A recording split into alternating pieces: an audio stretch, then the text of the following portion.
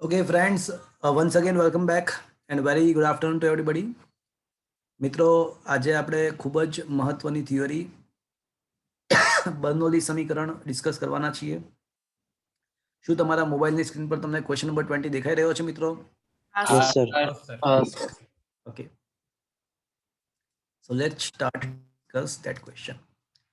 Bernoulli સમીકરણ એ કોઈ મૂળભૂત નિયમ નથી, પણ ઉર્જા સંરક્ષણના નિયમ પરથી જ સાબિત કરેલી એક વસ્તુ છે.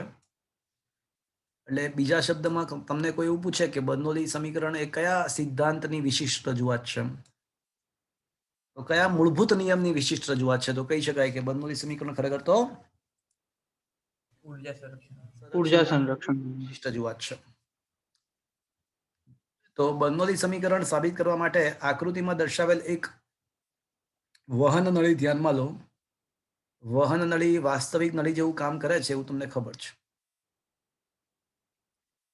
માની લો કે વહન નળીનો એક ભાગ જમીનથી h1 ઊંચાઈએ છે અને ત્યાં આગળ આડછેદનું ક્ષેત્રફળ a1 દબાણ p1 છે. આડછેદનું ક્ષેત્રફળ a1 દબાણ p1 છે અને ધારો કે ત્યાં આગળ તરલનો વેગ v1 છે.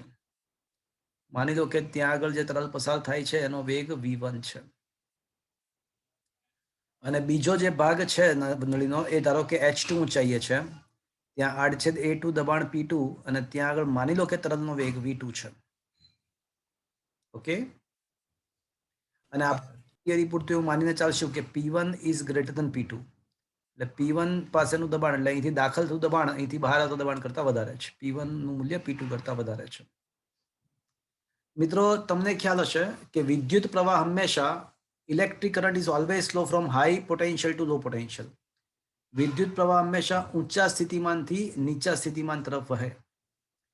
ઉષ્મા પ્રવાહ, ઉષ્માનું વહન હંમેશા ઊંચા તાપમાનથી નીચા તાપમાન તરફ થાય. એ જ પ્રમાણે તરલનું વહન હંમેશા હાઈ પ્રેશરથી લો પ્રેશર.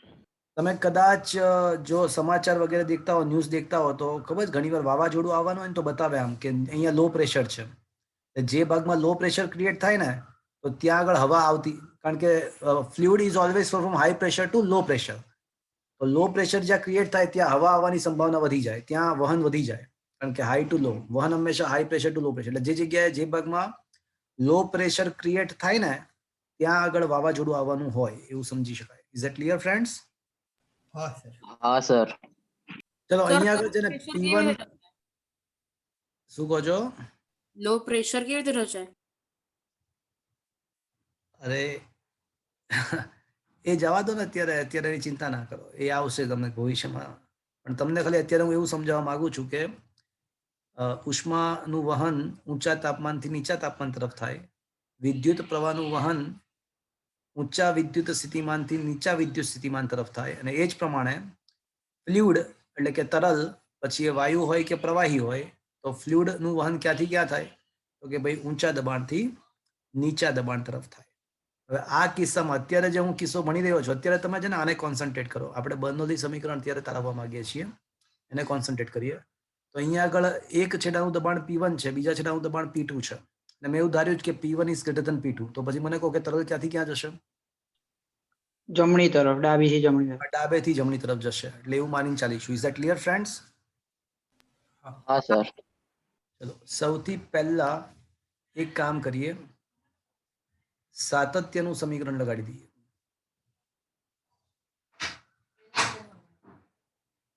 સાતત્યના સમીકરણ અનુસાર પાણી આપી કેન આઈ સે a1 v1 is equals two a2 v2? ચાલશે મિત્રો? હા સર. ઓકે, હા સર. સમીકરણ નંબર 1. હવે છે ને મિત્રો, સૌથી પહેલા તમે બિંદુ બી નો વિચાર કરો. તો ત્યાં આગળ ડેલ્ટા ટી સમયમાં જે તરલ બહાર આવ્યું હશે, ડેલ્ટા ટી સમયમાં પસાર થતું તરલ કેટલું અંતર કાપશે? v1 delta T. પસાર થતા તરલ વડે કપાતું અંતર. તો મિત્રો આપણને ખબર છે કે અંતર બરાબર ઝડપ ગુણ્યા સમય. તો બી બિંદુ પાસે ઝડપ v1 છે અને સમય ડેલ્ટા ટી. આવું લખી શકાય મિત્રો. હા સર. હા સર. આ ઉપરાંત બિંદુ બી પાસે જે દબાણ છે એ દબાણ છે ને P1 છે. તો માની લો કે આ P1 દબાણને કારણે ઉદ્ભવતું બળ F1 છે. તો F1/A1 લખી શકાય. તો મિત્રો F1 ઇઝ ઇક્વલ્સ ટુ શું થશે? P1 A1. P1A1 થશે મિત્રો. હા કે ના? હા. ઓકે. તો મિત્રો તો આ ડેલ્ટા ટી સમયગાળામાં જે કાર્ય થાય છે તો બિંદુ P પાસે બિંદુ B પાસે ડેલ્ટા ટી સમયમાં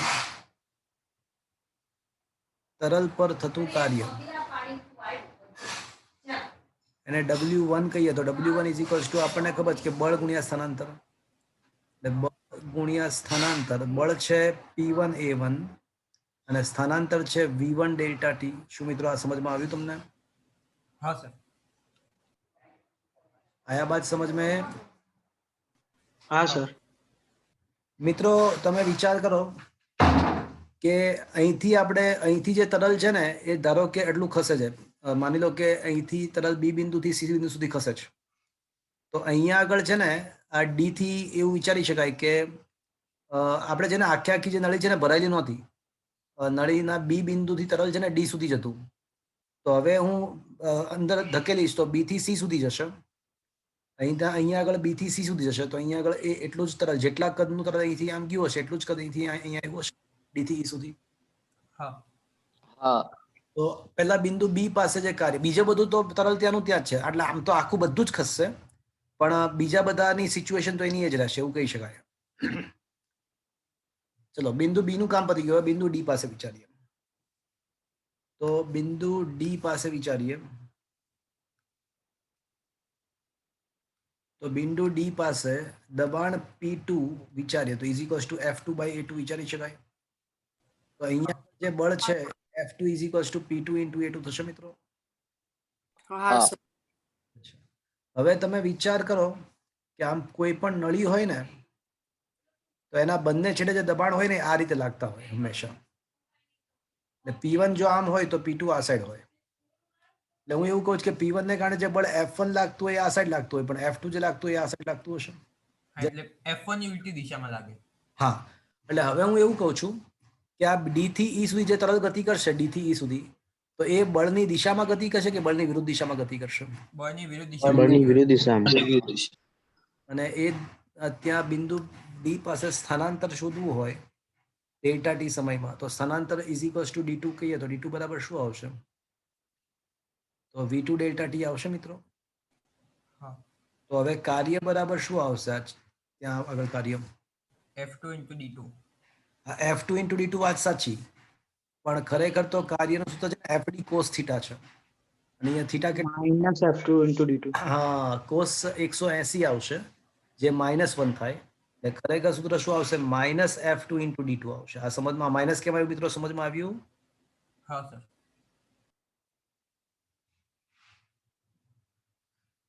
સર આજે -F છે એકવાર ફરીથી કોનો? જો આમાં કોઈ પણ નળાકાર હોય ને કોઈ પણ નળી હોય ને તો હા બંને સાઈડ જે દબાણ હોય હંમેશા ઓપોઝિટ ડિરેક્શનમાં હોય. એક સાઈડથી દબાણ જો આમ હોય તો બીજી સાઈડથી દબાણ વિરુદ્ધ દિશામાં હોય. કેમ સર? ઓકે જો આમાં એવું છે આ દબાણના તફાવતને કારણે જ તરલનું વહન થતું હોય. જો બંને સાઈડ દબાણ એક સરખા હોય બંને એટલે હું તમને સમજાવું. ચલો આને બીજી રીતે વિચારીએ આપણે. વિદ્યુત સ્થિતિમાનમાં શું લખતા હોય? એક સાઈડ પ્લસ લખતા હોય એક સાઈડ માઇનસ લખતા હોઈએ છીએ કે નહીં? હા. એટલે એવી જ વસ્તુ અહીંયા આગળ છે. અને વિદ્યુત સ્થિતિમાનના તફાવતને કારણે ઇલેક્ટ્રિક કરંટ રચાય. તો પ્લસ અને માઇનસ નો મતલબ શું થયો કે બંને વિરુદ્ધ છે. એટલે એ તરલમાં પણ એવું જ હોય કે સર આમાં દબાણ અલગ અલગ છે એ તો ખબર પડી ગઈ બટ એની દિશા આમ બદલાઈ કઈ જાય એ ના ખબર પડી. એટલે આમાં શું છે, કોઈ તમને એવું બાય ડિફોલ્ટ એવું થાય કે કોઈ તમને એવું કે ભાઈ આ નળી છે ને નળીના બે છેડા પાસે દબાણ P1 અને P2 છે, તો ઓટોમેટિકલી એનો મિનિંગ હંમેશા એવો જ હોય કે એક સાઈડથી દબાણ આમ હોય તો બીજી સાઈડથી દબાણ આમ જ હોય. સર આમાં આપણે P1 અને P2 તમે જે આકૃતિમાં દર્શાવ્યું એવી રીતે લાગે છે ને દબાણ આ જે છે આકૃતિમાં તો ખાલી દબાણ છે, દિશા નથી બતાવી ખાલી. ઓકે. ત્યાં ખાલી P1 ને P2 જ લખ્યું છે, દિશા ક્યાં બતાવી છે દબાણ?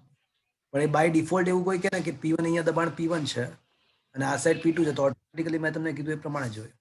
Is it clear? એક એટલે સર P2 માઇનસ જ આવે. હા એવું જ હોય. ઓકે.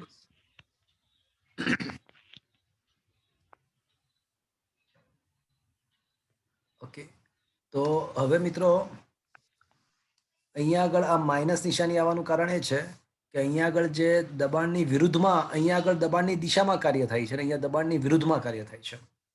અહીંયા દબાણની દિશામાં કાર્ય થાય છે અને અહીંયા દબાણની વિરુદ્ધમાં કાર્ય થાય છે.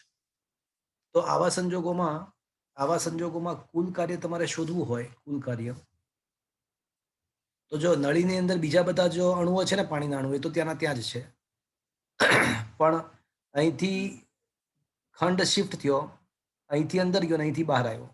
બીજા બધા તો વળી પાછા એની જે જગ્યાએ છે એ ખરેખર તો આખે આખું શિફ્ટિંગ થાય છે, પણ આપણે ઓવરઓલ ઇફેક્ટ વિચારીએ ખરેખર તો બધું જ તરલ આમથી આમ શિફ્ટ થાય છે. પણ આપણે પહેલું અને છેલ્લું સ્થિતિ વિચારીએ તો પહેલા કેવી સ્થિતિ હતી ખબર છે? પહેલા તરલ આ રીતે ભરાયેલું હતું નળીમાં, એટલું ખાલી હતું આ ભાગ, અને છેલ્લી અવસ્થામાં તરલ કઈ રીતે ભરાશે સ્થાનાંતર થયા પછી? તો કે ભાઈ આટલો ભાગ અહીંથી ખાલી થઈ જશે હવે અને આ ભાગ ભરાઈ જશે. પણ એ બંને વચ્ચે તો પહેલા પણ તરલ હતું જ, એના બંનેના વચ્ચેના પોર્શનમાં તો પહેલા પણ તરલ હતું અને પછી પણ તરલ છે જ. ઇન શોર્ટ, સાદી ભાષામાં માત્ર પ્રારંભિક ખંડ અને છેલ્લો ખંડ જ વિચારવો જોઈએ, કારણ કે પ્રારંભિક અને અંતિમ અવસ્થામાં વચ્ચેનો જે પાર્ટ છે ને એ તો એનો એ તો જ્યાં છે ત્યાં જેવો છે એવો જ રહેશે. એટલે તરલ પર થતું કુલ કાર્ય is equals two W1 plus W2. પણ મિત્રો એ પહેલા એક વાત કરી દઈએ, શું મિત્રો A1 V1 is equals two A2 V2 છે? હા. તો A1 V1 delta T is equals two A2 V2 delta T થાય? હા સર. V1 ડેલ્ટા T તો લંબાઈ કહેવાય, V1 ડેલ્ટા T એટલે સ્થાનાંતર અથવા લંબાઈ કહેવાય. હા. તો લંબાઈને આડછેદ વડે ગુણી નાખે તો આપણને શું મળશે? કદ. કદ. એટલે આટલા ભાગનું કદ. આ જે ભાગ છે ને, આવડો આ ભાગ બતાવો તમને, આટલા ભાગનું કદ. અને A2 V2 ડેલ્ટા T આટલા ભાગનું કદ મળશે, હા કે ના? હા. V1 ડેલ્ટા T એટલા ભાગનું કદ અને A2 V2 ડેલ્ટા T એટલા ભાગનું કદ. પણ સીધી વસ્તુ છે, તરલ અદબનીય છે, તો અહીંથી જેટલું કદ દાખલ થયું હશે એટલું જ કદ અહીંથી બહાર આવશે. એટલું કદ અહીંથી દાખલ થશે એટલું જ કદ અહીંથી બહાર આવશે. અથવા સાતત્યનું સમીકરણ અનુસાર પણ સાબિત થાય જ છે કે A1 V1 delta T is equals two A2 V2 delta T. Is it clear? હા, ક્લિયર. અને આને હું કદ ડેલ્ટા V કહું છું.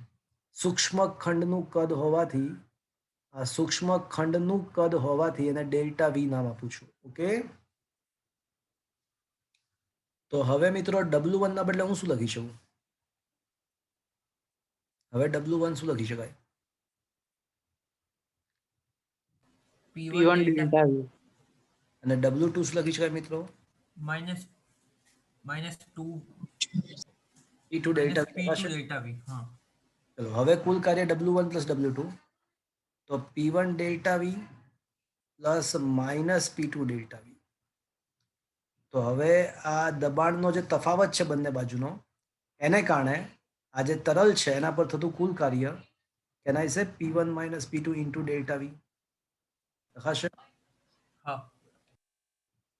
ચલો, એટલે આ દબાણના તફાવતને કારણે તરલ પર થતું કાર્ય છે. હવે ઉર્જા સંરક્ષણના નિયમ અનુસાર આ જે દબાણનો તફાવત કોને પૂરો પાડ્યો હોય? તો ભાઈ આપણે જ પૂરો પાડ્યો હોય. નળીમાં વહન કરાવવું હોય તો દબાણનો તફાવત આપણે જ કોઈક રીતે પૂરો પાડ્યો હોય. એ દબાણનો તફાવત પૂરો પાડીને મેં કાર્ય કર્યું, એટલે કે ઇનડાયરેક્ટલી મેં ઉર્જા આપી, કોઈક રીતે આ નળીને ઉર્જા આપી.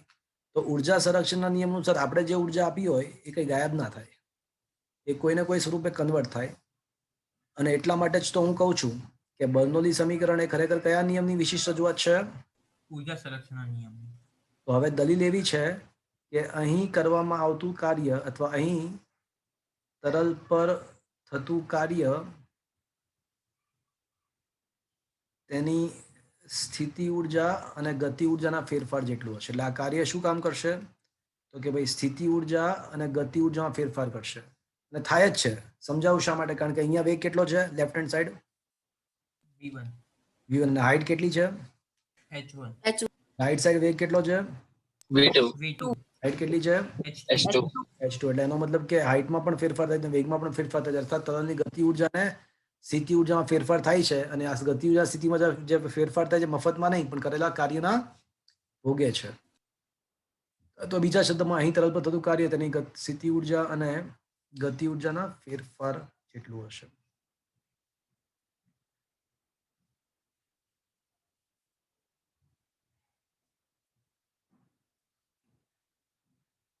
તો થતું કાર્ય ઇઝ ઇક્વલ્સ ટુ ગતિ ઉર્જાનો ફેરફાર પ્લસ સ્થિતિ ઉર્જાનો ફેરફાર. ચલો ગતિ ઉર્જાનો ફેરફાર એટલે હાફ એમ v2 સ્ક્વેર અંતિમ માઇનસ પ્રારંભિક half m v2 square minus half m v1 square એટલે half m v2 square minus v1 square એવું લખી શકાય. હા સ્થિતિ ઉર્જા mg h2 minus mg h1 એટલે mg h2 માઇનસ h1 લખાશે મિત્રો. હા સર. ચલો હા, અહીંયા સુધી પહોંચ્યા બધા? હા થોડી જગ્યા જુએ છે એટલે હું છે ને આને કેન્સલ કરી દઉં છું.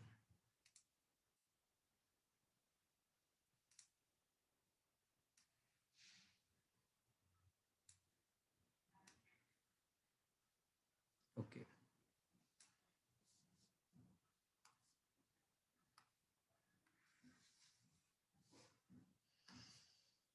ચલો તો હવે w ના જગ્યાએ હું શું લખી શકું? p1 minus p p2 delta v into delta v is equals to half. ચલો m ના બદલે શું લખી શકું? ઘનતા ગુણ્યા કદ. હા ઘનતા ઇઝ ઇક્વલ્સ ટુ દળ ભાગ્યા કદ અને કદ તરીકે ડેલ્ટા વી. તો આ જે દળ છે એને હું રો ઇન્ટુ ડેલ્ટા વી લખી શકું મિત્રો? હા સર. તો હાફ એમ ના બદલે rho delta V v2 square minus v1 square plus m ના બદલે વળી પાછું rho delta V G h2 minus h1 લખાશે મિત્રો? હા તો p1 minus p2 is equals to half rho v2 square minus v1 square plus rho g h2 minus h1.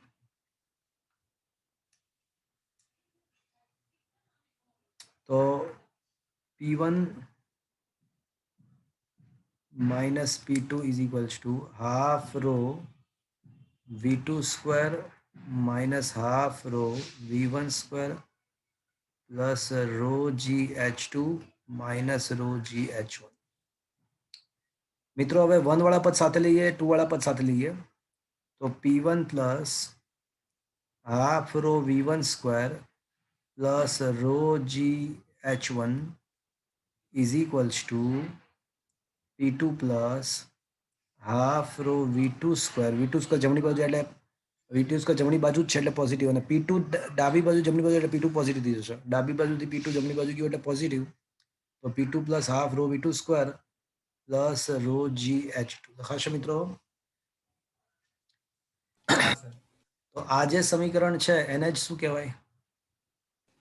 બર્નોલીનું સમીકરણ. આ સમીકરણને જ બર્નોલી સમીકરણ કહેવાય. તો મિત્રો બહુ સિમ્પલ થિયરી છે. જો તમારે કરવાનું શું, સૌથી પહેલા જો ફટાફટ યાદ રાખવાની ટેકનિક કહું. સૌથી પહેલા એક વહન નળી દોરવાની, એક છેડો નીચે રાખવાનો, એક છેડો ઉપર રાખવાનો. ડાબી બાજુ દબાણ P1, જમણી બાજુ P2. સૌથી પહેલા ડાબી બાજુ કેટલું કાર્ય થાય છે શોધી કાઢવાનું. W1 કઈ રીતે? તો કે ભાઈ બળ શોધો, સ્થાનાંતર શોધો. જમણી બાજુ કેટલું કાર્ય થાય છે શોધી કાઢો, બળ શોધો, સ્થાનાંતર શોધો.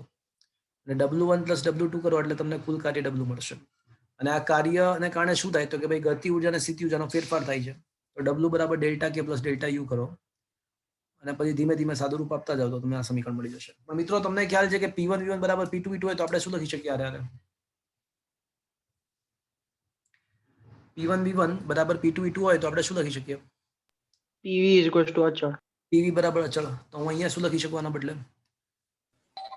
P plus half rho V plus rho GH. Half rho V square plus rho G H is equals to અચળ. અચળ. આવું પણ લખી શકીએ. Is that clear friends? હા. આવું પણ લખી શકાય. તો આને બર્નોલીજ સમીકરણ કહેવાય.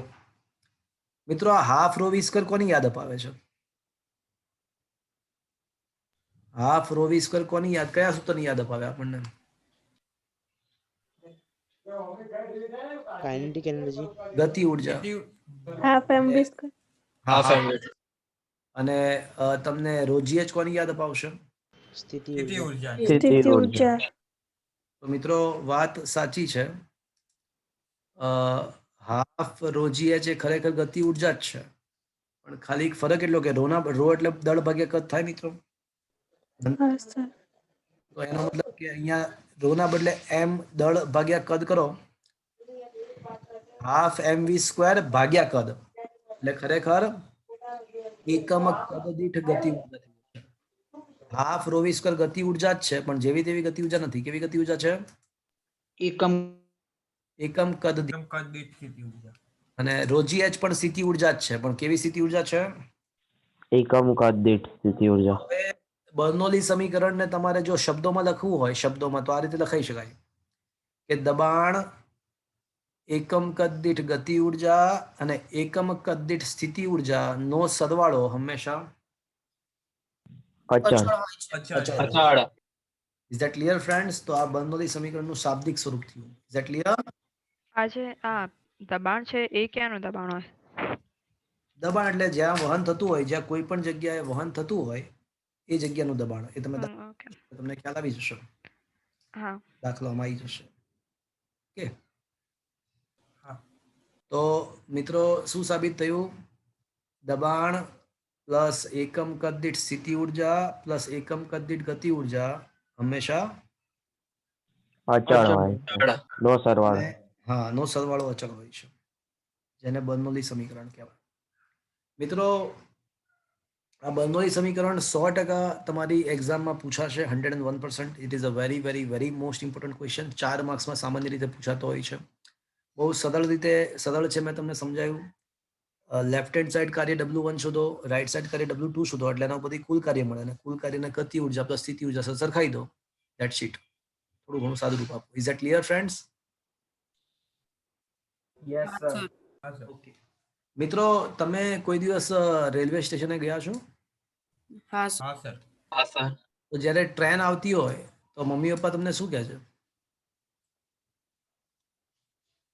તો પાછળ ઉભા રહે. પાછળ આવતા હતા. થોડું પાછળ ઊભા રહેવાનું કહે છે. કેમ? સર ખબર નહીં. કારણ કે જો ખૂબ જ ફાસ્ટ સ્પીડમાં ટ્રેન પસાર થાય ને, તો શક્ય છે કે માણસ ટ્રેન તરફ ખેંચાઈ જાય. ખૂબ જ ફાસ્ટ, માની લો કે રેલવે સ્ટેશને ટ્રેન ઊભી નથી રહેવાની, એક્સપ્રેસ ટ્રેન છે, તમારા સ્ટેશને ઊભી નથી રહેવાની અને બહુ ફાસ્ટ પસાર થવાની છે. તો મિત્રો જો ટ્રેન બહુ ખૂબ જ ફાસ્ટ પસાર થઈ જાય ને, તો શક્ય છે કે તમે જો નજીક ઉભા હો તો ટ્રેનમાં ઘૂસી જાઓ, તમે ટ્રેનમાં ખેંચાઈ જાઓ, એવું શક્ય છે. એટલા માટે જ મમ્મી પપ્પા તમને થોડા દૂર ઊભા રહેવાની સલાહ આપે છે. સર પણ એનું કારણ શું? એનું કારણ હવે હું તમને કહું છું. એનું કારણ તમને બર્નોલી સમીકરણ પરથી મળી જશે. મિત્રો તમને સમજાવું આખી વાત. તમને એ વાત ખબર છે કે તરલ હંમેશા ક્યાંથી ક્યાં વહન પામે?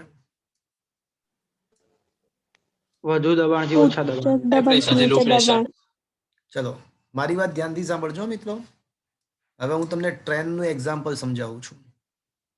માની લો કે આ રેલવે ટ્રેક છે અને તમે પ્લેટફોર્મની એક સાઈડ ઊભા છો. તમારી પાછળની જે હવા છે, તમે છે ને બે બિંદુ તમારે વિચારવાના છે. એક તમારી પાછળ રહેલી હવા પાસે બિંદુ 1 વિચારો, અને જ્યાંથી ટ્રેન તમારી સામેથી ટ્રેન પસાર થાય છે અને બિંદુ 2 વિચારો. વિચાર્યા કયા કયા? તમે પ્લેટફોર્મ પર ઊભા છો, તમારી પાછળના ભાગને બિંદુ 1 કહો અને તમારી સામેના જે ટ્રેન વાળો જ્યાંથી પસાર થાય ભાગને બિંદુ 2 કહો. Is that clear? હા સર. હા સર. હવે બર્નોલી સમીકરણ વાપરીએ. P1 plus rho G H1 plus half rho v1 square is equals to p2 plus rho g h2 plus half rho v2 square થશે મિત્રો આવું? હા પણ મિત્રો તમારી પાછળનું બિંદુ અને તમારી સામેનું જે બિંદુ છે જ્યાંથી ટ્રેન પસાર થાય છે બંને બિંદુની હાઈટ તો જમીનથી સર સરખી. એટલે h1 ને h2 ઉડી જશે. હા તો હવે જે સમીકરણ બની જશે p1 plus half rho v1 square is equals to p2 plus half rho v2 square બનશે મિત્રો. હમ એક બિંદુ તમારી પાછળ છે અને એક બિંદુ જ્યાંથી ટ્રેન પસાર થાય તમારી સામે છે પણ બંને બિંદુઓ સમાન ઊંચાઈએ થયેલા છે. Is that clear? હા સર રો નહીં રહ્યા ઓલામાં કે શું બોલો બોલો? જે રોજી એચ માં આપણે રો હા તો એ રહેશે. અરે બાપુ ધારો કે h1 બરાબર h2 બરાબર ધારો કે h છે તો હવે p plus rho G H plus half rho v1 square is equals to p2 plus rho G H plus half rho v2 square બરાબર. હવે આની કિંમત અને આની કિંમત સમાન હોય હા તો x પ્લસ 2 બરાબર y પ્લસ 2 હોય તો શું બંને સાઈડથી 2 કેન્સલ કરી શકું? હા સર ઓકે. ખ્યાલ આવ્યો? હા એટલે ખાલી h નહીં આખું h રોજી h વાળું આખું પદ જ ઉડી જશે. Okay okay. આયા બાત સમજ में? હા સર. ओके तो p1 plus half rho v1 square is equals to p2 plus half rho v2 square होवाથી કેના છે p plus half rho v square બરાબર અચળ. હા હા કે ના? હા સર હા સર હવે જ્યારે પ્લેટફોર્મ પરથી ટ્રેન પસાર થશે તો ટ્રેન શું કરશે ખબર છે? એની સાથે ત્યાં જે હવા છે ને એને ઘસડશે અને જેટલા વેગથી ટ્રેન પસાર થશે ને એટલા જ વેગથી ઓલી બધી હવા પણ એની હારે ઘસાશે ઘસડાશે એટલે એ જગ્યાનો વેગ જે છે ખૂબ વધારે હશે. તો જ્યાંથી ટ્રેન પસાર થશે ત્યાં આગળ હવાનો વેગ ખૂબ જ વધી જશે કારણ કે ટ્રેનની હારે હારે ગતિ કરશે હવા. આગે હા હા તો વેગ વધી ગયો તો જખ મારીને દબાણને શું થવું પડે? જો p પ્લસ હાફ રો વી સ્ક્વેરનો સરવાળો અચળ કરવાનો છે તો વેગ વધી ગયો તો દબાણ દબાણ ઘટાડવું. ઘટશે. ઘટવું દબાણ પડશે. ઘટવું જ પડે એટલે જ્યાંથી ટ્રેન પસાર થશે ત્યાંથી દબાણ ઘટી જશે ત્યાં આગળ પણ તમારી પાછળ હા છે ત્યાં તો દબાણ જે હશે એને જ રહેશે. હા હા જ્યાંથી ટ્રેન પસાર થશે ત્યાં ટ્રેનની ઝડપ જેટલી વધારે હશે ને એટલું ત્યાં આગળ દબાણ વધારે ક્રિએટ થશે ઘટશે. ઘટશે. જેટલી ઝડપ વધારે હશે ટ્રેનની એટલું ત્યાં દબાણનો ઘટાડો વધારે થશે. Is it clear? હા અને તમારી પાછળના ભાગમાં જે હવા છે એ તો એની એ જ રહેવાની છે હા નોર્મલ. એટલે ત્યાં તો દબાણ ઇન શોર્ટ ટ્રેન જ્યાંથી પસાર થશે ત્યાં ઓછું દબાણ છે. તમારી પાછળની હવાનું સાપેક્ષ રીતે દબાણ વધારે છે અને તરલ હંમેશા ક્યાંથી ક્યાં વહેવાનો ટ્રાય કરે? વધુ દબાણથી ઓછા ઓછા દબાણ. દબાણ તમારી પાછળની હવાનું દબાણ સાપેક્ષ રીતે વધારે છે. ટ્રેન જ્યાંથી પસાર થઈ ત્યાં દબાણ ઓછું છે તો પાછળની હવાને કઈ તરફ જવાની ઈચ્છા થશે? ટ્રેન તરફ. ટ્રેન તરફ. અને એના માર્ગમાં કોણ આવશે? આપણે આવીશું આપણે. તો એ શું કરશે? આપણને ધક્કો લગાવશે આપણને ધક્કો મારીને ટ્રેનમાં ઘુસાડી દેશે. ખબર પડી મિત્રો? હા સર તો હવે તમને ખબર હા પડી સર મમ્મી પપ્પા શા માટે તમને ના પડતા હોય છે કે ટ્રેનની નજીક શા માટે ના જવું? હા સર. ભૂતકાળમાં છે કે જે બહુ નજીક ઉભા હોય ને તો એ ખેંચાઈ જાય ટ્રેનમાં અને મરી જાય છે. સમજ્યા? એટલે મમ્મી પપ્પાનું માનવાનું જીવનમાં. સમજ્યા? હા સર અનુભવથી કહેતા હોય એટલે એવો તે પ્રયત્ન નહીં કરવાનો આપણે કે let S see what happen. ચલો આપણે બર્નોલી સમીકરણનું ખરેખર પાલન થાય કે નહીં ચેક કરીએ. ચલો ત્યાં જે ઉભા રહીને એવું વિચારવાનું નહીં. સમજ્યા? આયા બાદ હા સર. હા ચલો હું તમને હજી એક બીજું એક્ઝામ્પલ આપું. ઇન શોર્ટ આમાંથી શીખ્યા શું? શીખ્યા એ કે જ્યાં આગળ વેગ વધારે હોય ત્યાં દબાણ ઓછું. ઓછું ઓછું હોય થાય અને દબાણ ઓછું થાય એટલે તરલ ક્યાંથી ક્યાં જવાનો ટ્રાય કરે? એ જ્યાં દબાણ ઓછું થાય એ તરફ તરલ જવાનો ટ્રાય કરે. તરલ એ તરફ જવાનો ટ્રાય કરે. હા કે ના? એટલે જ્યાં વેગ વધુ હોય ત્યાં તરલ જવાનો ટ્રાય કરે. એક્ઝેક્ટલી. જ્યાં વેગ વધારે હોય ત્યાં તરલ જવાનો ટ્રાય કરે. હું તમને એક બીજું એક્ઝામ્પલ આપું છું. 1 મિનિટ ઉભા રહેજો. હું એક કાગળ લઈને આવું એટલે તમને ખ્યાલ આવે. ઓકે તો મારી પાસે એક કાગળ છે. હું શું કરીશ? જો આમ તો કાગળ નીચે તરફ જવાનો પ્રયત્ન ગુરુત્વાકર્ષણને કારણે નીચે તરફ જવાનો ટ્રાય કરે. દેખાયું તમને? જો હા હા સર. દેખાય છે? હા પણ હવે હું શું કરી દઉં અહીંથી ઉપરથી આમ ફૂંક મારીશ જોરથી ફૂંક મારીશ એટલે ઉપરની ભાગનો હવાનો વેગ વધી જશે, વધી જશે. ત્યાં આગળ દબાણ ઘટી જશે, ઘટી જશે. તો નીચેની હવા કઈ તરફ જવાનો ટ્રાય કરશે? ઉપર તરફ, આ કાગળ કઈ તરફ બેન્ડ થશે હવે? ઉપર તરફ. ઉપર તરફ, લેટ અસ સી જોજો.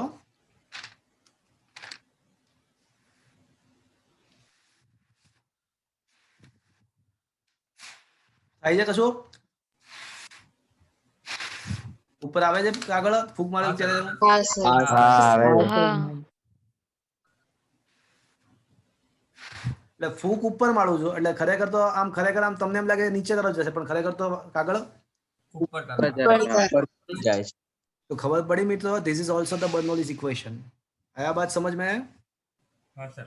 હા સર. એટલે સર આપણે મિત્રો, એવું કહી શકાય કે સર જે તરલ છે એ વધુ વેગ તરફ જવા. હા કહી શકાય તરલ. હા પણ considering the height is same. Considering the heights are same. હા. ઓકે, સમાન ઊંચાઈ માટે સાચું. આ જેમ કે આ કાગળ છે તો કાગળની જમીનથી નીચેની ઊંચાઈ અને કાગળની જમીનની ઉપરની ઊંચાઈ લગભગ સરખી જ હશે. Is it clear? હા. સર જેમ જેમ તમે દૂર જઈને ફૂંક મારો એમ પછી ના થાય ને વધારે. એ તો સીધી વસ્તુ છે. હવાનો હા ઓબ્વિયસલી. હા હા વધારે ઓકે. જેટલો વધારે વેગ હશે એટલો હા. પણ થશે ને. તો જે તમે દૂર જાઓ તો પછી વેગની ઇફેક્ટ ઘટી જાય ને. હા આપણો ટાર્ગેટ શું હશે કે વેગ વધારવાનો જેથી કરીને ત્યાં દબાણ ઘટે. Is that clear? હા સર. મિત્રો, પક્ષી તમે ઉડતા દેખ્યા હશે. દેખ્યા કોઈ દિવસ જીવનમાં? હા સર.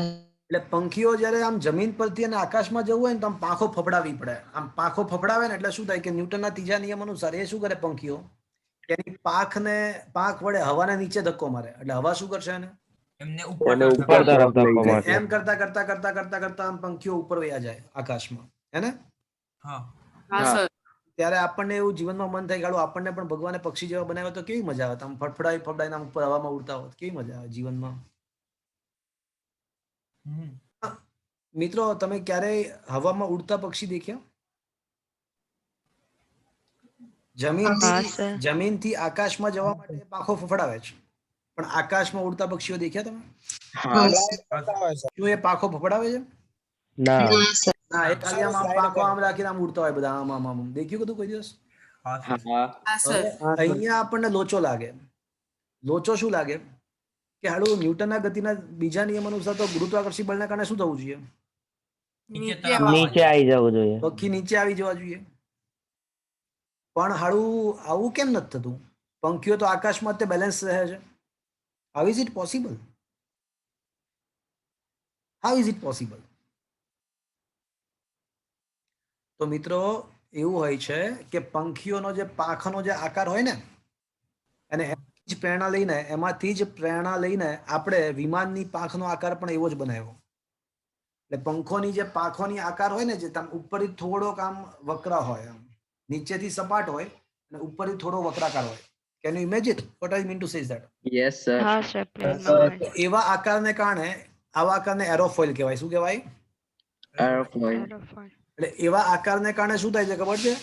ઉપરની જે હવા હોય ને, જ્યારે પંખીઓ ઉડતા હોય ત્યારે ઉપરની હવાનો વેગ વધી જતો હોય છે. એ શા માટે તમને એક ટોપિક આવશે એટલે ખ્યાલ આવી જશે.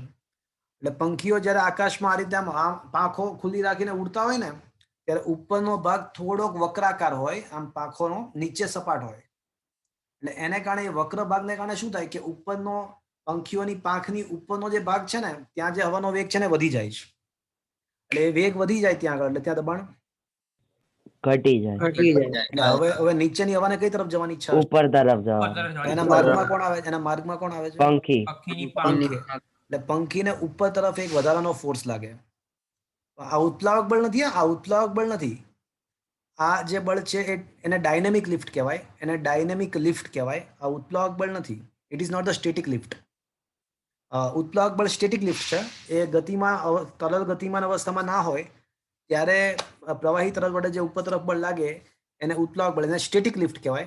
પણ આ જે લિફ્ટ છે એને ડાયનેમિક લિફ્ટ કહેવાય. એટલે જ્યારે ઉપરની હવાનો વેગ અને નીચેની હવાના વેગમાં ડિફરન્સ થાય એટલે ઉપરનો વેગ ખરેખર પંખીઓની પાંખના સ્પેશિયલ આકારને કારણે ઉપરના ભાગનો વેગ વધે છે. વેગ વધે એટલે દબાણ ઘટે. ઘટે. ત્યાં ઉપરના ભાગમાં દબાણ ઘટી ગયું તો નીચેની હવાને કઈ તરફ જવાની ઈચ્છા હશે?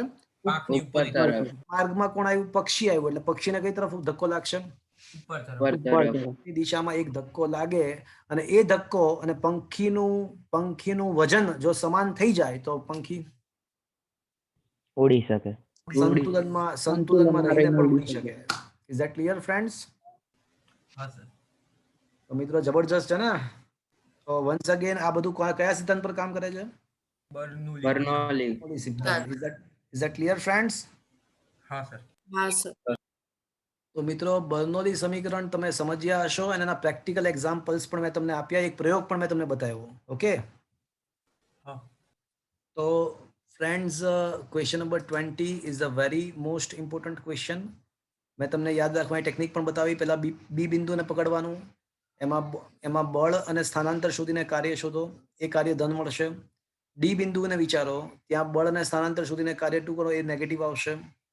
કુલ કાર્ય શોધો, અને કાર્ય સ્થિતિ ઉર્જા અને ગતિ ઉર્જાના ફેરફાર જેટલું હોય સરખાઈ દો, સાદું રૂપ આપો, જવાબ લાવશો. Is that clear friends?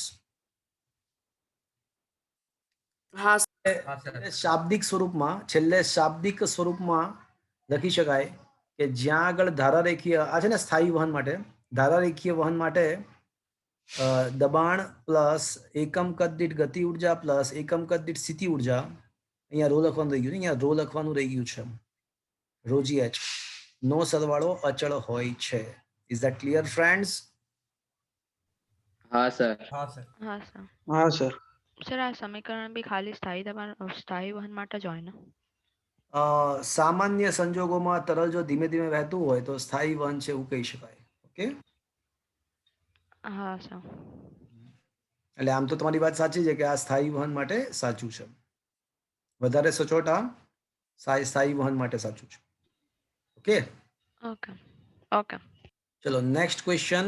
એ પણ અગત્યનો 4 માર્ક્સનો પ્રશ્ન, વેરી મોસ્ટ ઇમ્પોર્ટન્ટ ક્વેશ્ચન. 4 માર્ક્સનો પ્રશ્ન છે. પ્રશ્ન એવો છે કે કોઈ ટાંકી છે, એ ટાંકીની દિવાલ પર છિદ્ર થયેલું છે, તો છિદ્રમાંથી તરલ કેટલા વેગથી બહાર નીકળશે એનું સાબિત કરો. એ વસ્તુ એટલે એનું સૂત્ર તારો. પાત્ર ઉપરથી ખુલ્લું પણ હોઈ શકે અને બંધ પણ હોઈ શકે. એ બંને કિસ્સામાં પાત્રની દિવાલના છિદ્રમાંથી બહાર આવતા તરલની ઝડપનું સમીકરણ બર્નૌલી સમીકરણનો ઉપયોગ કરીને તારવો, અને ટોરિસિલીનો નિયમ પણ જણાવો. ચલો આકૃતિ જો બધા લોકો. ચલો શું મિત્રો તમને આકૃતિ દેખાઈ રહી છે? યસ સર હા સર.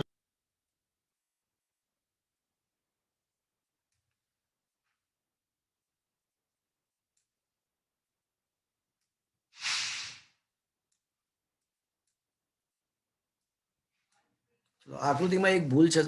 સૌથી પહેલા ભૂલ એ છે કે બિંદુ 1 અહીંયા નથી લેવાનું, આ મિસ્ટેક છે. બિંદુ 1 છે ને, આ જ્યાં છિદ્ર કર્યું છે એની એક્ઝેક્ટ બહારની સાઈડ લેવાનું છે. સૌથી પહેલા કરેક્શન કરજો ને. બિંદુ 1 એટલે અહીંયા પણ નહીં, બિંદુ 1 આપણે એક્ઝેક્ટલી અહીંયા લેવાનું છે. ઓકે, અને આ બિંદુ 2 છે. ચલો, તો સૌથી પહેલા બિંદુ 1 અને 2 ના લોકેશન તમે દેખ્યા?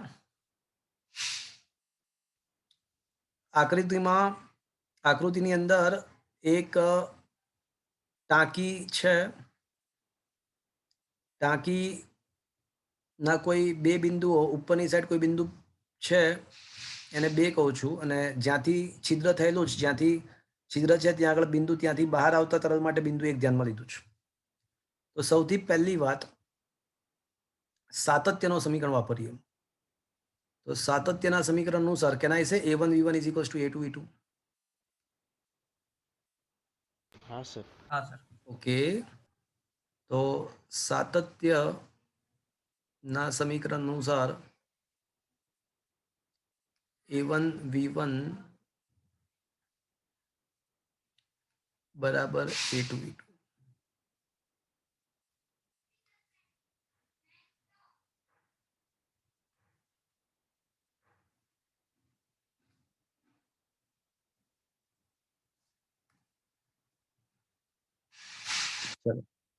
હવે મિત્રો, તો પછી તમારે, મારો મેઇન ટાર્ગેટ છે ને v1 શોધવાનો છે, કારણ કે ક્વેશ્ચન શું છે એ ટાંકી બંધ હોય અને ટાંકી ખુલ્લી હોય એ બંને અવસ્થામાં આ ટાંકીમાં કોઈ દિવાલ પર કોઈ છિદ્ર બની ગયું છિદ્ર પડી ગયું તો ત્યાંથી કેટલા વેગથી તરલ બહાર નીકળશે એ શોધવાનો ટાર્ગેટ છે.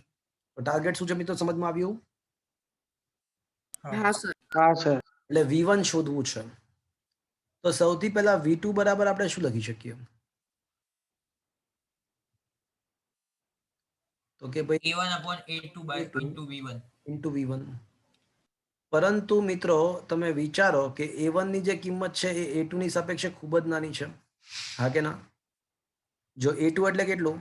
તો કે ભાઈ અહીંયા આગળ જે આડછેદ છે એ A2 થશે અને અહીંયા આગળ જે આડછેદ છે એ A1 થશે. તો હા. એટલે ધેટ ઇઝ ઇક્વલ્સ ટુ છિદ્રનો આડછેદ. A1 means છિદ્રનો આડછેદ અને A2 મીન્સ ટાંકીનો આડછેદ. ઠીક છે. Is that clear friends? હા sir. So can I say A1 is much smaller than the A2? હા હા સર હા sir Can I say A1 upon A2 is much smaller than 1? હા કહી શકાય. So can I say A1 upon A2 is tends to 0? અરે સીધી વસ્તુ છે, અંશ કરતા છેદ ખૂબ જ મોટો છે તો પરિણામ હાવ નહિવત મળશે. હા નહિવત મળે છે. તો પછી આ V2 tends to હા શું? સર તો આ V2 tends to શું આવશે? V2 શું છે ખબર છે? અહીંયા આગળથી V2 tends to પણ 0 જ આવશે. અહીંયા આગળથી જે તરલ ધીમે ધીમે નીચે આવશે. તમે વિચાર કરો હાવ નાનકડું છિદ્ર પડ્યું હોય તો આ જે પાણી જે એકદમ ધીમે ધીમે નીચે આવશે કે નહીં? ખાસા લાંબા હા હા સીધી વાત છે. એટલે can I say V2 tends to હાવ તો 0 ના હોય પણ tends to 0 કહી શકાય, લગભગ 0 વચ્ચે એવું કહી શકાય. હા હા સર કઈ કહી શકાય. આયા બાત સમજ में? ચલો એટલે V2 ની કિંમત જો લખવાની ઈચ્છા થાય તો આપણે શું લખી શકીશું? 0. 0. હવે બર્નોલી સમીકરણ અનુસાર હવે બર્નોલી સમીકરણ વાપરીએ.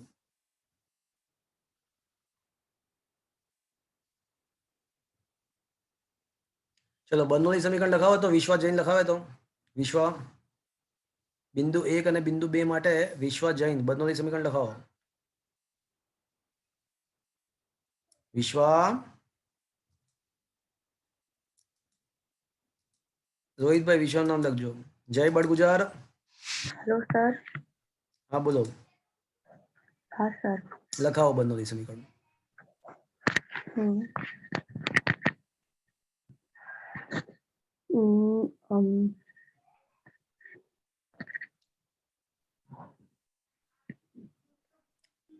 P1 plus રોજી P1 H1 P1 plus half okay બોલો. OG V1 square okay plus rho G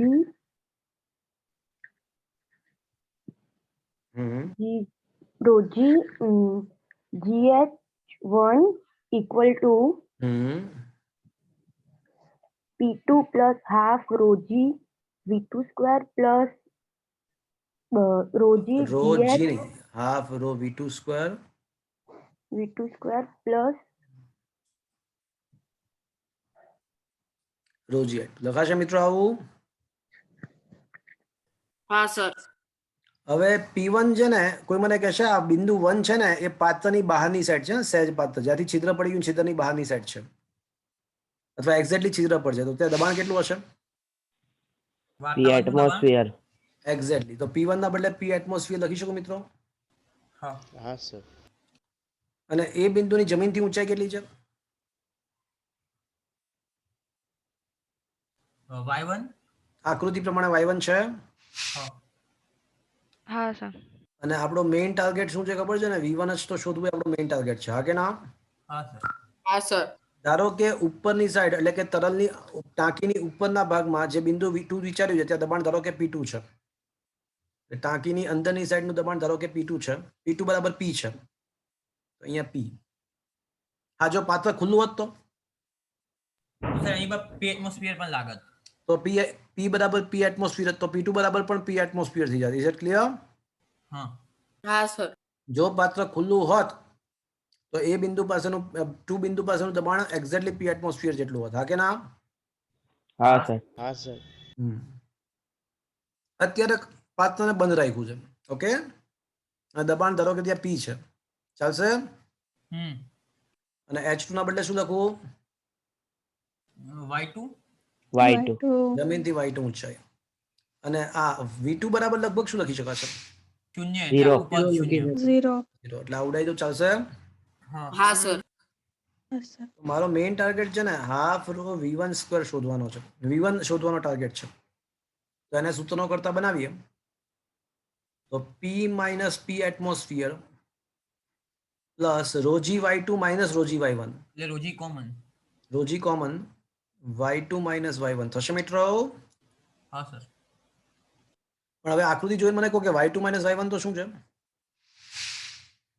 H દેખાય જ છે કે H છે, હા કે ના? હા હા સર તો half rho V1 square is equals to P minus P atmosphere plus rho g H લખાય મિત્રો. હા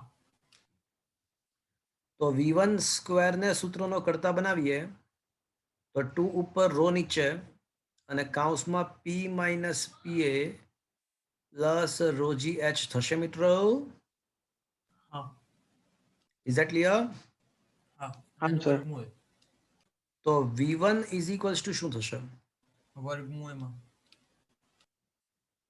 2 બાય રો P માઇનસ આ 2 બાય રો આખાના કૌંસમાં P minus PA plus rho g H અને આખાના કૌંસની બહાર 2 બાય રો અને પછી રૂટમાં. ચલો આ સમજમાં આવ્યું મિત્રો? હા સર. हाँ सर बात समझ में? હા સર તો આ આપણને મળ્યું કયું સૂત્ર?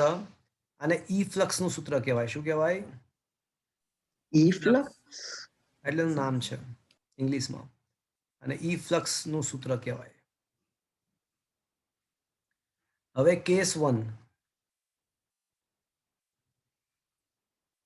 રોકેટ જેવા કિસ્સામાં ટાંકીની અંદર બળતણ ટાંકીની અંદરનું દબાણ ખૂબ જ વધારે હોય. બળતણ ટાંકીની અંદરનું દબાણ ખૂબ જ વધારે હોય. P is much greater than PA. Is that clear friends? માની લો કે આ ફ્લુઇડ ટેન્ક છે, આખી બંધ છે અને પુષ્કળ દબાણે અંદર પેલું ફ્લુઇડ ભરેલું હોય છે. એટલે P નું મૂલ્ય વાતાવરણના દબાણ કરતાં ખૂબ જ વધારે હોય. સમજ્યા તમે? હા તો એવા સંજોગોમાં P minus PA will be very much large.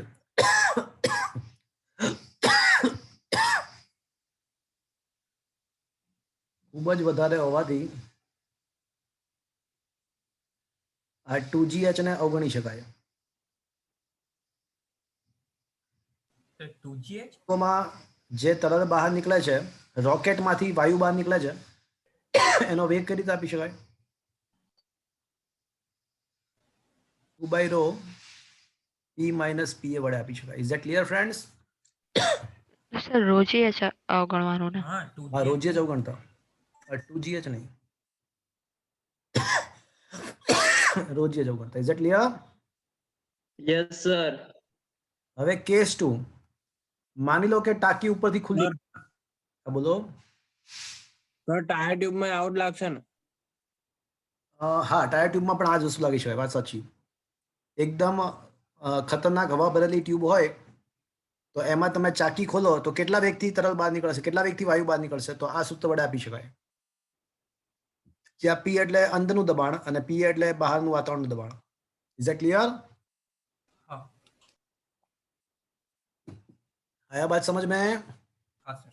અને સર આવામાં ઘનતા તરીકે વાયુની પ્રવાહી તરલની ઘનતા. અંદરની, નહીં હા, નહીં, એટલે okay. જે તરલ છે, જેમ કે ટાયરની ટ્યુબ માટે હોય તો એ વાયુની ઘનતા, એ હવાની ઘનતા હશે. Is that clear? હા જે તરલ હોય એની ઘનતા. ઓકે? હા સર. સર આમાં આપણે P much greater than PA લીધું છે તો P માઇનસ PA અવગણી ના શકાય, એટલે P જ ના લઈ લેવાય. પણ એ P અને PA નો જે તફાવત છે ને એ ખૂબ જ મોટો હોય એટલે રોજી H ને આપણે અવગણી શકીએ. અને P ખૂબ જ મોટો તો PA ને પણ અવગણી શકો. તમે PA ને પણ તમે અવગણી શકો. એટલે શું તમે ખાલી રૂટ 2P by rho પણ લખી શકો. એટલે સર આપણે અહીંયા રોજી H ને અવગણવાનું કારણ આ P વધારે છે એ જ છે. એટલે એના ઉપરથી આપણે એવું કહેવા માંગીએ છીએ, આના ઉપરથી એવું કહેવા માંગીએ છીએ કે જો ખૂબ જ ઊંચા દબાણે કોઈ તરલ ભર્યું હોય તો એમાંથી જે વેગ બહાર નીકળશે એ માત્ર અને માત્ર દબાણ પર આધારિત છે આધાર ઓકે. એવું સાબિત કરવા માટે એ કહેવા આ સૂત્ર લખ્યું છે. એક્ઝેક્ટલી હા ઓકે સર.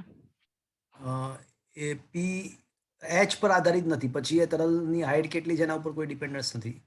એ ખૂબ જ ઊંચા દબાણે જો કોઈ વસ્તુ ભરી હોય તો પછી કોઈ જગ્યાએ છિદ્ર પડી જાય તો એ કેટલા વેગથી બહાર નીકળશે એનો મુખ્ય આધાર પી પર રહેલો છે. છિદ્ર કઈ જગ્યાએ પડ્યું છે એની સાથે કોઈ લેવા દેવા નથી. ઓકે, પણ માની લો કે હા માની લો કે ટેન્ક ઓપન છે. જો પાત્ર ખુલ્લું હોય, P આખી બરાબર PA થઈ જાય ને. પાત્ર ખુલ્લું હોય તો પછી પી બરાબર શું થઈ જશે? P પી atmosphere. એટમોસ્ફિયર. Yes, તો પછી હવે કેટલા વેગથી તરલ બહાર નીકળશે જુઓ તો √2gh 2 બાય રો અને p માઇનસ પી એ કેન્સલ એટલે ખાલી રો GH બાકી રહેશે અંદર. રો કેન્સલ તો શું આવશે મિત્રો? √2gh. આ સૂત્ર બહુ જાણીતું એવું લાગે છે. મુક્ત પતન હા સર, મુખ પતન વાળા. મુક્ત પતન કરતા પદાર્થે h અંતર કાપ્યું હોય તો એ h અંતર કાપ્યા બાદનો વેગ આ છે એવું કહી શકાય? હા. બંને હા, સર. ઘટના અલગ છે મિત્રો, બંને ઘટના અલગ છે. મુક્ત પતન કરતા પદાર્થે h અંતર કાપ્યું હોય તો એ પછીનો વેગ h અંતર કાપ્યા પછીનો એ પદાર્થનો વેગ. અને આ સૂત્ર શેનું મળ્યું આપણને? પાત્રની મુક્ત સપાટીથી કેટલી ઊંડાઈએ છિદ્ર પડેલું છે જુઓ તો. મુક્ત સપાટીથી ઊંડાઈ કેટલી છે જુઓ છિદ્રની. h તો મિત્રો પાત્રની મુક્ત સપાટી જે વાતાવરણના સંપર્કમાં છે એ સપાટીથી h ઊંડાઈએ જો છિદ્ર પડ્યું હોય તો એ છિદ્રમાંથી બહાર આવતા તરલનો વેગ પણ √2gh છે. સંમિતતા છે. બંને ઘટનાઓ અલગ જ છે. એક ઘટના શું હતી? મુક્ત પતન કરતા પદાર્થે h અંતર કાપ્યા પછી તેનો વેગ કેટલો એ હતી. અને આ ઘટના શું છે? મુક્ત સપાટી કે જે વાતાવરણના સંપર્કમાં છે, મુક્ત સપાટીથી h ઊંડાઈએ જો છિદ્ર નાનકડું છિદ્ર બની જાય તો એ છિદ્રમાંથી બહાર આવતા તરલનો વેગ ના સૂત્રો સમાન છે. અને આને જ તો ટોરિસિલ્લીનો નિયમ કહેવાય છે. આને જ ટોરિસિલ્લીનો નિયમ કહેવાય છે. Is that clear friends? હા સર. તો મુક્ત સપાટીથી h ઊંડાઈએ કોઈ ટાંકીમાં છિદ્ર નાનકડું પડી જાય તો બહાર નીકળતા તરલનો વેગ અને મુક્ત પતન કરતા પદાર્થે h અંતર કાપ્યા પછીનો વેગ ના સૂત્રો સમાન મળે છે. √2gh મળે છે. આ હકીકતને ટોરિસિલ્લીનો નિયમ કહે છે. આયા બાત સમજ મેં? હા સર. હા. સર તો ફ્રેન્ડ્સ એક 4 માર્ક્સનો પ્રશ્ન પતી ગયો. સરસ ક્વેશ્ચન છે. તો સૌથી પહેલા આપણે આ ક્વેશ્ચનમાં શું કર્યું તો કે ભાઈ આકૃતિનું વર્ણન કરી નાખ્યું. પછી સાતત્યના સમીકરણ પરથી સાબિત કર્યું કે v2 ટેન્ડ્સ ટુ 0 હશે. v2 બરાબર લગભગ 0 હશે. Is that clear? પછી બંને સર લગાડ્યું. હા બોલો. સર ટોરિસરીના નિયમ વિશે આપણે આમાં લખ્યું છે. હા નથી લખ્યું. હા આવ્યું ને જો આ સમીકરણને ટોરિસિલ્લીનો નિયમ કહે છે. છેલ્લે લખ્યું છે દેખાયું? ઓકે ઓકે જો લખ્યું છે ને આ સમીકરણ તો મુક્ત પતન કરતા પદાર્થના ઝડપનું સૂત્ર પણ છે જ. અને આ સમીકરણ ટોરિસિલ્લી. Is that clear? છે. આયા બાત સમજ મેં? હા સર. જો શું છે પણ અહીંયા ખાલી એક જ ભૂલ છે. બિંદુ 1 ક્યાં લેવાનું તમારે? આકૃતિમાં મિસ્ટેક છે. બિંદુ 1 ક્યાં લેવાનું છે? છિદ્ર પર. હા, જ્યાં આગળ એક્ઝેક્ટલી તરલ બહાર નીકળે છે ને ત્યાં બિંદુ 1 લેવાનું છે. ઓકે, ખાલી એટલું કરેક્શન કરજો. અહીંયા લેવાનું છે. ઓકે, નકર તો વાતાવરણનું દબાણ નહીં લઈ શકો તમે. અને V1 પણ ત્યાં ના હોય ને, V1 પણ ત્યાં ના લઈ શકો ને તમે.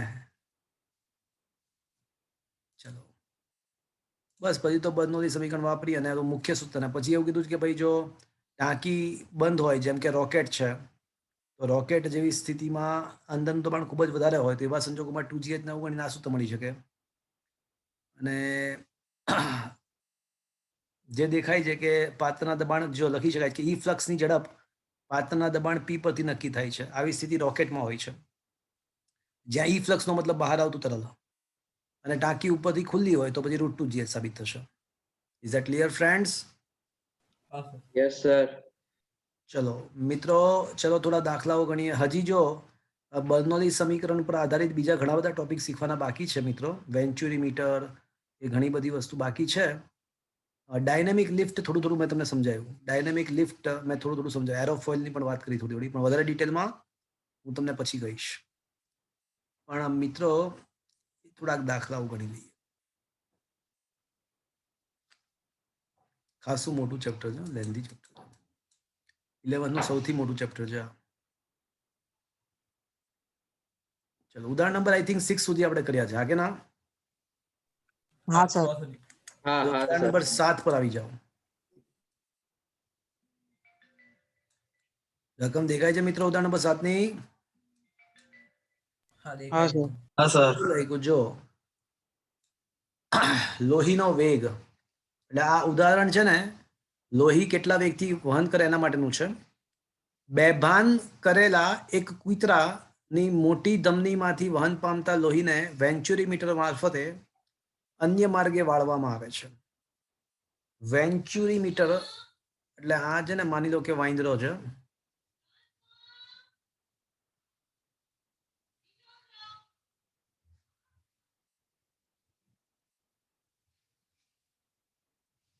અને માની લો કે વાંદરાની આ જે ધમની છે એની સાથે વેન્ચુરીમીટર જોડ્યું છે. વેન્ચુરીમીટર માં એક સાંકડો છેડો હોય અને એક પહોળો છેડો હોય. પણ વેન્ચુરીમીટરનો પહોળો છેડો ઇઝ ઇક્વલ ટુ ધમનીનો વ્યાસ. તો શું લખ્યું જો? લખ્યું છે, હું નથી કહેતો. વેન્ચુરીમીટરના પહોળા ભાગનું ક્ષેત્રફળ ધમનીના ક્ષેત્રફળ જેટલું છે. દેખાયું?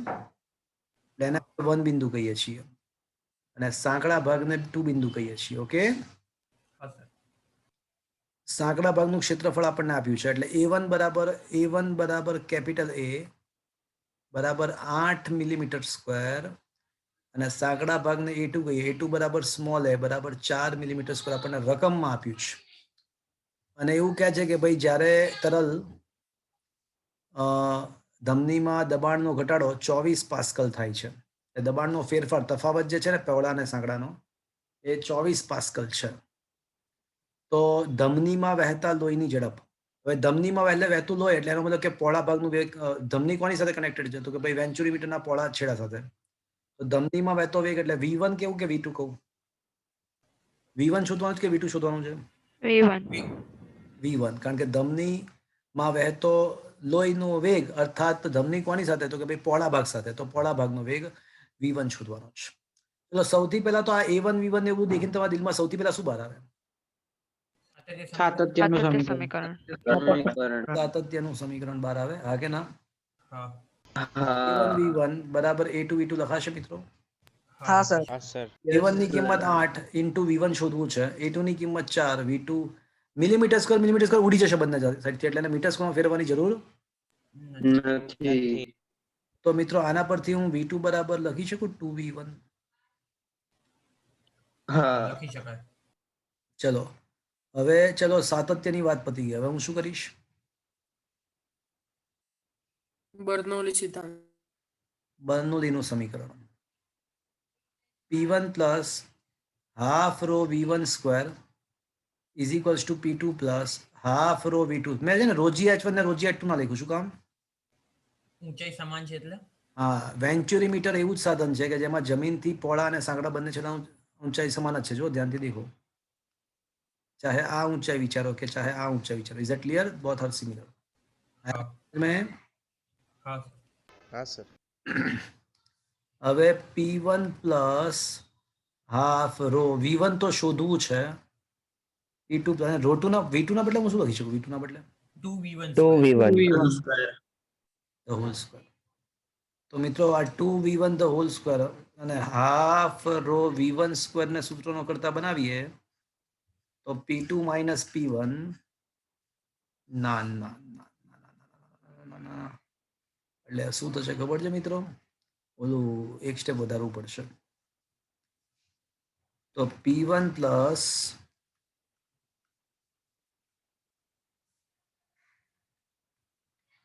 Half rho V1 square is equals to P2 plus. અહીંયા શું લખું મિત્રો? Half rho 2 rho V1 square. હા એટલે 2 નો વર્ગ 4 ને 4 ભાગ્યા 2 એટલે 2 તો રહેશે જ ને. હા એટલે 2 રો v1 સ્ક્વેર થશે. હવે 2 rho v1 square minus half rho v1 square એટલે શું આવશે? 2 માંથી અડધો જાય તો 3/2. 3/2 rho v1 square is equals to આ સાઈડ શું આવશે? p1 minus minus clear. અને એ આપણને આપ્યું જ છે કે p1 થી 24 દબાણનો ઘટાડો આપણને 24 આપેલો જ છે. Is that clear friends? હા સર તો 3/2 ચલો રો ની કિંમત આપણને આપી છે 1.06 10⁻³ v1 જ તો મારે શોધવાનું છે અને p1 માઇનસ p2 આપણને 24 આપેલું છે. આ સમજમાં આવ્યું મિત્રો?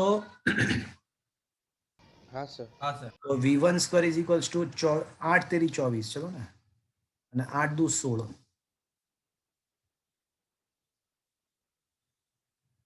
એટલે 8 તેરી 24 8 દુ 16 ભાગ્યા 1.06 અને છેદમાં આવશે મિત્રો 1000 એટલે 1.06 ગુણ્યા 1000 કરશો ને તો 1060 થશે. કરો ને 16 ભાગ્યા 1060 પછી એનું વર્ગમૂળ કાઢો. 16 ભાગ્યા 1060 કરીને પછી એનું વર્ગમૂળ કાઢો ને શું આવે છે? 0.11122. 1222 2 પછી શું આવે? 1 2 પછી 2 1228 1228. એટલે 1 2 3 લખીને આવું.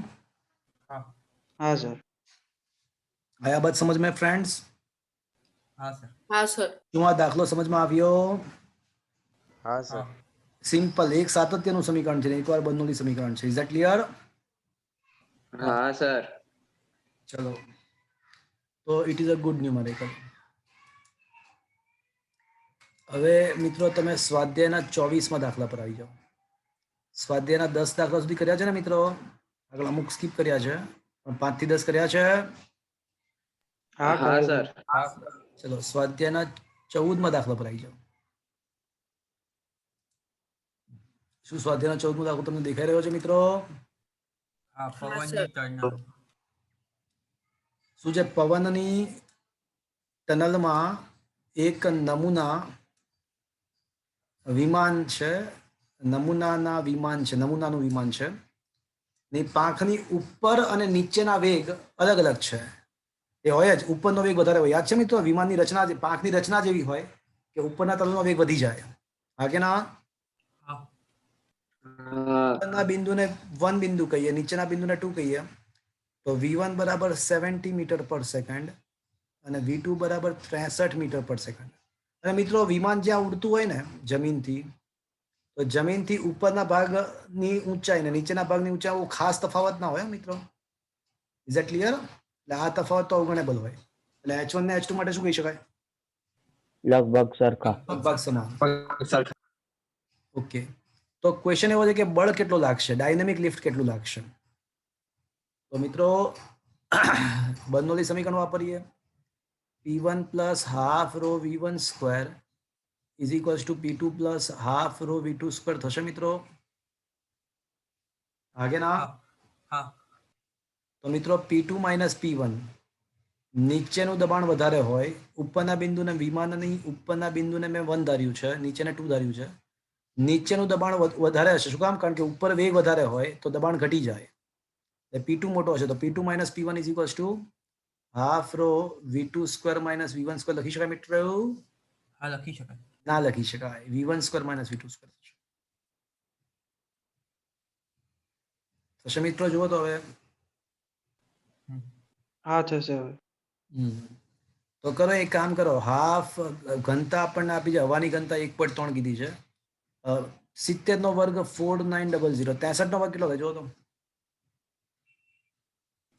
3969 3969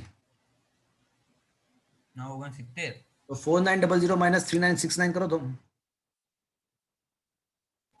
931 ગુણ્યા 1.3 ભાગ્યા 2 605.15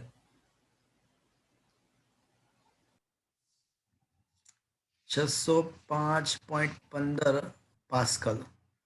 અને આ દબાણના તફાવતને કારણે શું થાય મિત્રો? આ દબાણના તફાવતને કારણે શું લાગે છે? આખો ઉપર બળ લાગે છે. બળ લાગે છે. એફ પી બરાબર એફ બાય એ, તો એફ બરાબર શું આવશે? પીએ વાહ, પણ અહીંયા પી તરીકે પી નહીં લેવાનું, શું લેવાનું? P2 માઇનસ P1 લેવાનું. ગુણ્યા એ લખવાનું. સમજમાં આવ્યું મિત્રો? હા અને 2.5 ગુણ્યા 2. ક્ષેત્રફળ આપણને 2.5 આપ્યું છે. પાંખનું ક્ષેત્રફળ 2.5 છે. અહીંયા બંને પાંખનું ભેગું થઈને આપવું પડે, નકર તો અધરવાઇઝ 2 કરવું પડશે. કાં તો એક પાંખનું ક્ષેત્રફળ એવો શબ્દ વાપરવો જોઈએ તો ગુણ્યા 2 થાય, અને કાં તો પાંખોનું કુલ ક્ષેત્રફળ, અહીંયા કુલ જ છે એવું માની લઈશું આપણે. કુલ ક્ષેત્રફળ 2.5 છે. Is that clear? હા સર 15 હા સર 1512.87 1512.87 એટલે 8 9 લખો ને, ચલો 9 કરી નાખીએ. ન્યૂટન. સમજમાં આવ્યું મિત્રો? હા સર આયા બાત સમજ મેં? ઘણીવાર એવું આપ્યું હોય કે વિમાન સંતુલનમાં છે તો વિમાનનું દ્રવ્યમાન શોધો, એવું પણ બને. આ જ ક્વેશ્ચનમાં એવું આપ્યું હોય કે વિમાનનું દ્રવ્યમાન કેટલું, તો પછી આ બળને કોની હારે સરખાવવાનું? mg. માજી હારે. સમજ્યા મિત્રો? હા કારણ કે ઉપર તરફ લાગતો ધક્કો અને વજન સમાન હોય તો જ સંતુલનમાં હોય, અને એવું આપ્યું હોય કે વિમાન સંતુલનમાં રહેલું છે તો પછી આ ઉપર તરફ લાગતો ધક્કો અને માજી સમાન હોય. એફ મળી ગયું છે, જી ખબર તો એમ મળી જાય. હા મળી જાય. આવા ટાઈપના દાખલા પણ હોય છે. Is it clear? હા સર. હા સર તો મિત્રો આજે બે બહુ જ સરસ મજાની થિયરીઓ આપણે ભણ્યા અને બે સરસ મજાના દાખલાઓ ભણ્યા. હવે જવાબ જુઓ તો જરા આવી જાય, જુઓ હે ને? Is it clear? આમાં છેલ્લે કિંમતો મૂકી છે, દબાણનો તફાવત પહેલા શોધ્યો ને પછી છેલ્લે કિંમત મૂકી છે. મેં પહેલા દબાણનો તફાવત અલગથી શોધી કાઢ્યો પછી ઇન્ટુ એ કર્યું. ચાલશે ને? તો હરખું છે ને બધું? હા બરાબર. તો મિત્રો ખૂબ જ સરસ મજાની વાત આજે કરી. આજનો સેશન મિત્રો અહીંયા અટકાઈએ છીએ. કાલે તમારી એક્ઝામ છે, એમાં આજનું નહીં આવે, આજ સુધીનું આવશે. પણ મિત્રો સારો લેક્ચર છે. આજનું લેક્ચરનું કામ આજે કરજો. આજે 2 થિયરી ચલાવી, બંને થિયરી 4 માર્ક્સમાં પૂછાઈ શકે એવી છે, મહત્વની છે. ઓકે.